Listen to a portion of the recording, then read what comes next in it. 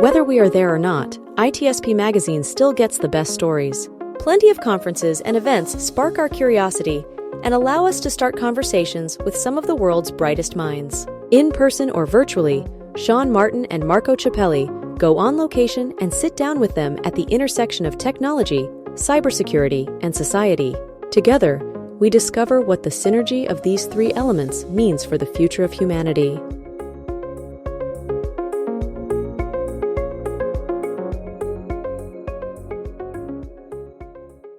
High Trust continues to champion programs that safeguard sensitive information and manage information risk for global organizations across industries and throughout the third-party supply chain, collaborating with public and private sector experts in privacy, information security, and risk management to identify emerging threats and help organizations ensure they take the most effective steps to avoid them. Learn more at hightrustalliance.net. Marco. Sean. When was the last time you checked out the whole supply chain of your last Gen AI session? What time is it now? I don't know. Never? Never. I think, sadly... I have so many questions already about this conversation, so I'm going to let you lead, because my first question will probably be like, what is it anyway? So we'll get there. Here's a good example. And I think Helen was on a different show, and I think I don't know if we had it or one of the hosts. I don't know. The short story is we had an episode go out that ChatGPT helped with, and it called it S-bomb, S-B-O-M-B. Oh yeah. Remember that? With a nice B on the end of it. Not exactly what we want or intended, so that had to be fixed. So that's kind of the whole point here, is are people looking at AI and what it produces and who's producing it and how it comes together? And there's a whole supply chain around that, just like software, that leads me to a gazillion questions. So let's bring in our guests, Helen Oakley and Larry Pesce. How are you both? Awesome. Yep, doing great. I have no complaints. There you go. There you go. If you did, you can just ChatGPT a better response. But here we are. This is part of our on location. We call these chats on the road to some conference, and this some conference that we're heading to today is in Toronto. It's the Security Education Conference in Toronto, also known as SecTor. We just had a chat with Steve Wiley yesterday, kind of getting the big picture and the history of the event. It's an event we've covered for a few years now, and I'm excited to be going to see everybody. And I want to meet Helen in person and Larry in person, but for now we'll take a virtual introduction so everybody else gets to meet you as well. Helen, a few words about your role, what you're up to, and then we'll pass it to Larry to do the same. Yeah, I'm leading cybersecurity supply chain or security of software supply chain at SAP, and also secure development. What I'm up to outside of SAP is AI Bomb. So I'm co-leading a forum and working groups for AI Bomb under CISA government, and also I'm founding partner of AI Integrity and Safe Use Foundation. Love it. Larry. Awesome. Yeah, so I do some product security research and some pen testing at a company called Finite State. And not only that, do a lot of supply chain security type of stuff, whether that be thought leadership or helping our product do better for helping folks secure their supply chain, arguably with S-bombs. And on the outside, you try to do a little work with Helen with some AI and help some of her missions for AI bombs as well. Okay, why don't we start with the definition of AI bomb? Because also the title of your session is AI Apocalypse Prevention 101. So it's kind of, the happy walk in the park. So what about, let's start with the definition. Which park you're walking in? Not my park, but you never know. So Helen, maybe you want to take that.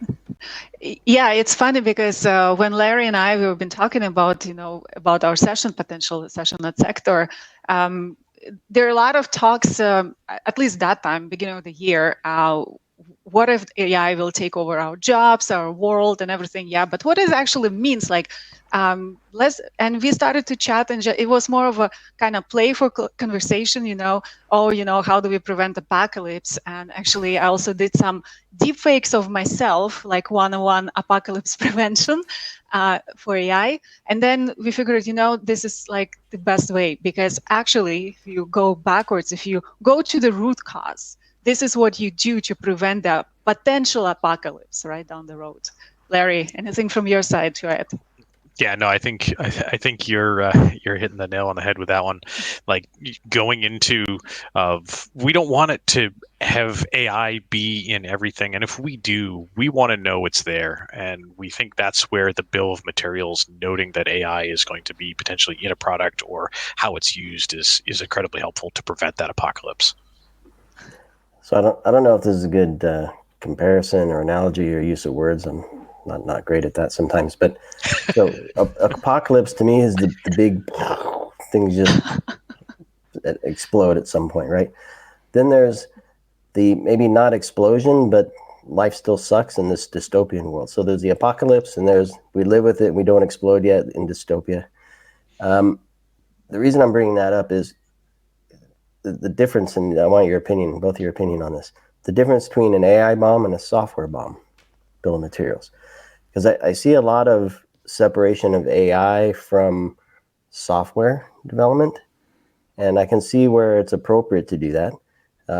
So your perspective on, does AI need its own bill of materials separate from software bill of materials, and if so, why? Is it to prevent the apocalypse, or is it, I don't know, because I feel, I don't know, I'll just leave it there. What are your thoughts? Larry, you want to start with that? Sure. And I think, yeah, we want to prevent that apocalypse. But what arguably makes it different, in my opinion, is that we start talking about cascading bombs, as it were.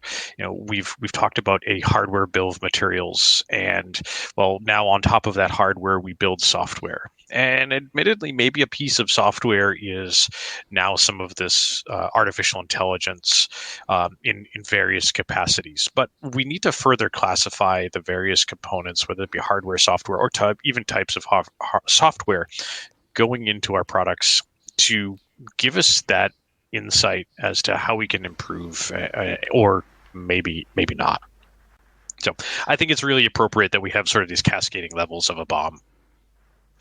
Yeah, and if you step back a little bit and say, what is SBOM, software bill of material? It's an ingredient list, right, of what is in the software. And AI also software, it also has this SBOMic, what we started to call fields. So whatever is software has also AI software needs to have that description, but on top of that, we want to have other ingredients of AI, like how the systems are built, all the models, right, data sets, how it's been trained, and then even up to the energy consumption details, because we need to understand how it's built to prevent and catch the early decay or drifts or anything malicious that could happen that can actually potentially lead to the apocalypse, right? And we can go into apocalypse scenarios a lot, but I think we are in the perfect moment to define what needs to be done to prevent and really steer AI systems in the direction to be human allies, not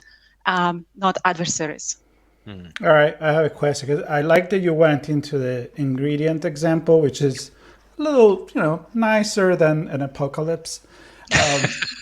But so, and I'm thinking like, all right, so AI, sometimes we don't even know how it works. So like, we know about there's a black box and whatever happened there, not sure. So how are we going to put the ingredient when we don't really eventually know? Or is this my perspective that we don't know? So there are multiple ingredients, and they're fundamentally different from traditional software, because now we're not just talking about ingredient list, but also how we train those ingredients, right? So how do we use how it's being modified throughout its life cycle? And then we talk about training during development, and then we also talking about runtime modification and fine-tuning of AI systems, right? So how is it consuming data, how's it working with the prompts, how the RAG is being consumed, right? It was the integrity of that data. So all these aspects are being collected as part of the AI bomb. So it's really fundamentally different. However, it still has the foundational ingredient list of an SBOM. And from a little bit from my perspective too, I tend to work in analogies, and I'm a product of the 1980s. So from my formative years, and I love movies. So Helen and I have got a little bit of a theme to our overall presentation. But I think about that theme where we're sort of going with that, with the AI apocalypse, and that having some of those ingredients, just like food, like we can see that there's an ingredient in food, and many years later we find out that, hey, that food wasn't necessarily all that great for us. And now we've got these ingredients in all of our food. We now have, with this AI bomb, the ability to go back and look at some of these models and look at the way we've done some training data and go, we probably shouldn't be using these anymore, or we need to have some additional ways of changing that to make it better for us. Data is still gold. Yes. Yes. Yeah. It gives us a great opportunity to have some decisions about what we consume, whether that be an ingredients list for food or the types of AI and the way they're configured as well. Yeah, red number 7. So monosodium glutamate. Talking about 80s, right? I mean, we're all aging ourselves here. Yeah. Yes. So to that point, so an ingredients list is a great start, and I'm assuming, Larry, you get to dig into some of this, Helen, as well. I was on a CISO call this morning. Not going to disclose anything that I shouldn't, but there was talk about the term of pen testing for AI and what that means, and red teaming, and what are we in the traditional software testing realm? We have what I deem as a clearly defined scope of this should do this, and therefore we can fairly simplistically determine what it shouldn't do, and then test the boundaries of inputs and outputs and come up with a nice set of test cases. It's a little more difficult when we start talking about AI. We talk about training, we talk about data sets, we talk about systems coming together to produce bigger sets of results. So how do we get our hand wrapped around beyond what's just in it and what the actual ingredients mean to the results for our business, I guess, ultimately? Yeah. And I think, we talk about pen testing for AI, and like, this is still so new, and we've done this adoption of AI so rapidly that even the pen testers are starting to figure this out, about the types of attack paths that they need to do. But I think something like an AI bomb going into some of that pen test has been very derivative of some of the other work I've done around software bill of materials, is that this type of data can start informing how some of these pen testers might approach some of these problems, give them some initial starting points, and then they can start to evolve over time about how they interact with that and the data that they've acquired from those AI bombs to improve the overall testing and arguably make all of this better. Helen, any thoughts? And I like that you brought and you really connected the AI bomb and the use case of AI bomb, right? So pen test is actually one of the use cases that we can have. And like, there are multiple different types of risk assessments that we can extract from the data that is collected from AI with AI bomb. And I think it's very important for industry to understand what are those use cases, because terminology of software bill of material and AI bomb is surfacing the industry, but understanding how to use it and how to optimize for risk management is very important. And I think that's what this session and many further sessions that we're going to do, we will focus on that. Can you give us some of this example of case studies or common risks that could apply to the supply chain? Yes, absolutely. So, for example, as part of the target team, AI bomb target team under CISA Forum working group, we're discovering and writing down these use cases. And one of the highest priority use case is for compliance. So we've done some research already that shortlisted the fields mapping from the compliance fields that we want to ask ourselves or third-party models that we're collecting in our environment that we can collect from AI bomb. So we can automate the compliance. So that's a very important use case, because as we see regulations are evolving around AI and supply chain, we will need to collect this information in more automated and scalable way.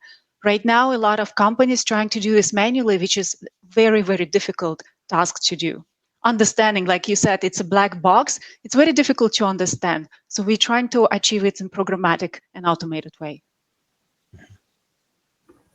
And is that through frameworks and standards around how the data is formatted so it can be produced and ingested by different systems, or what's that look like?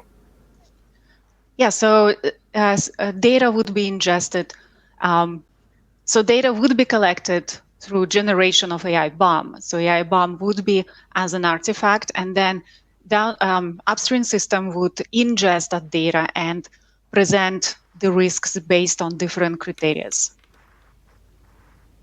And Larry, what do you see or what you don't see happening today in how the organization are addressing this problem?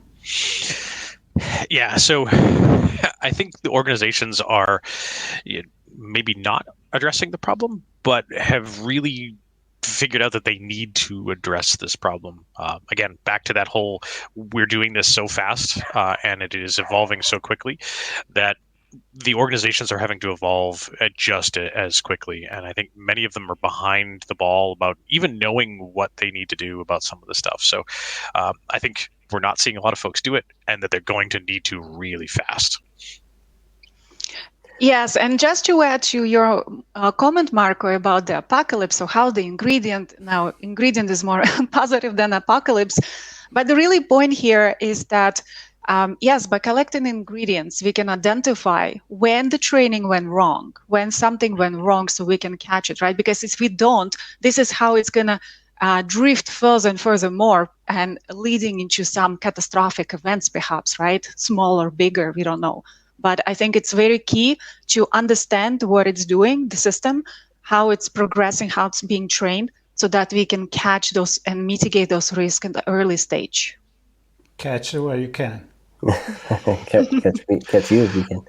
Yeah, and Helen, that those words so speak to the overall sort of theming that we picked for that presentation. Catch it early before it goes bad. And yeah.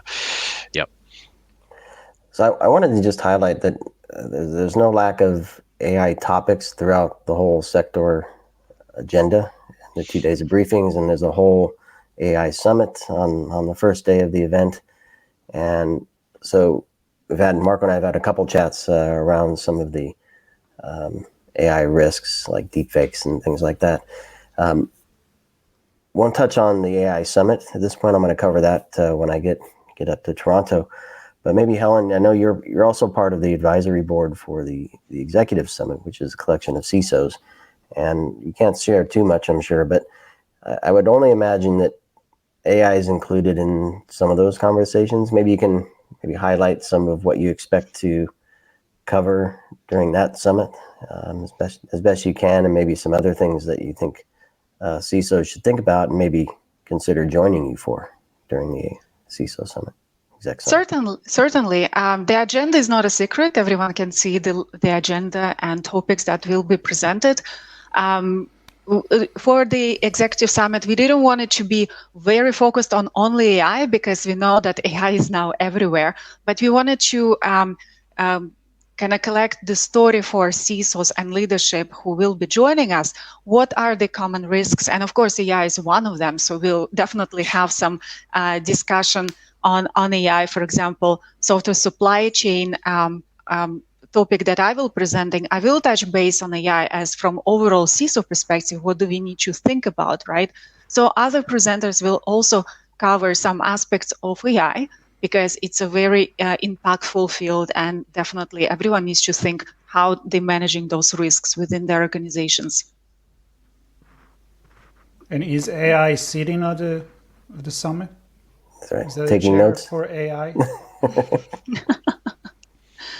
I don't think AI is allowed at the Executive Summit, so you have to be there in person. Okay.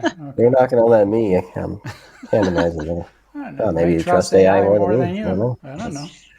I certainly would. But all right. Well, let's back to the session you're both doing.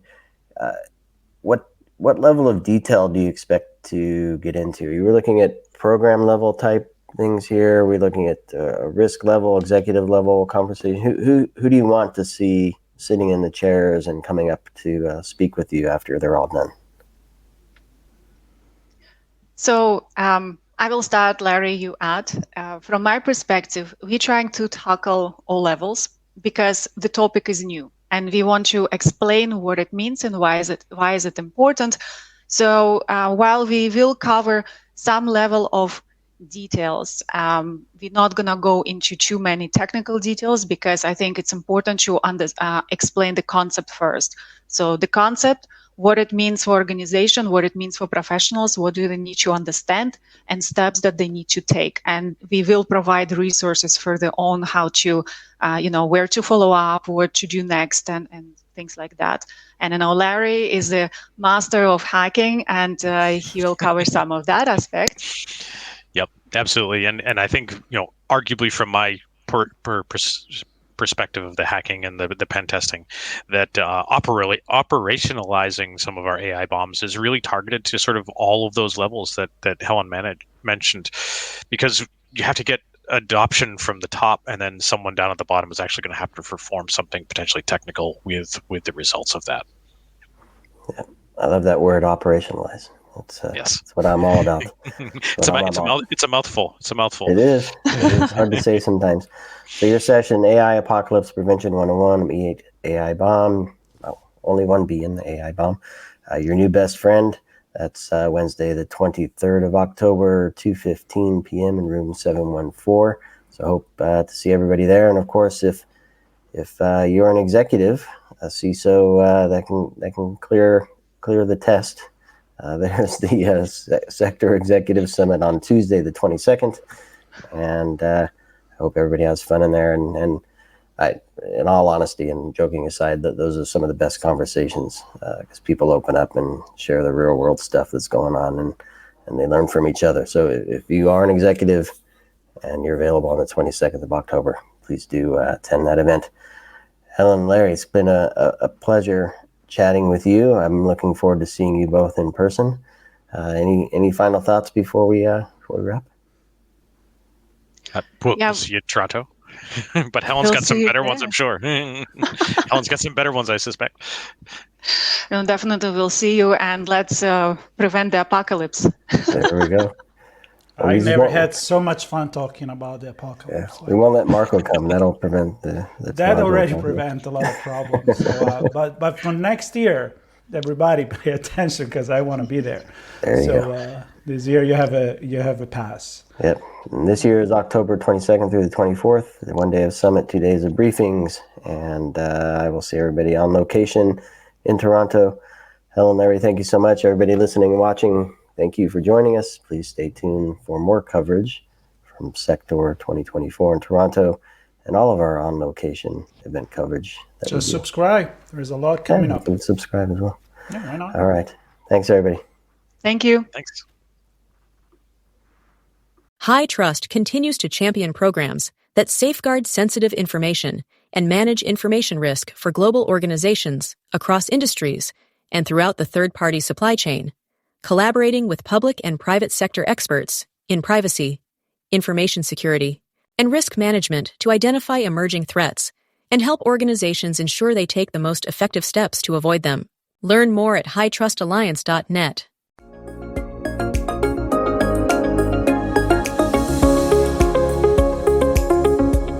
We hope you enjoyed this episode of Sean and Marco's on-location event coverage conversations. Please take a moment to give the show a good rating and leave a comment. Remember to share this podcast with your friends, family, and colleagues. Come back for more conversations and follow Sean Martin and Marco Ciappelli as they continue their journey toward redefining cybersecurity and society.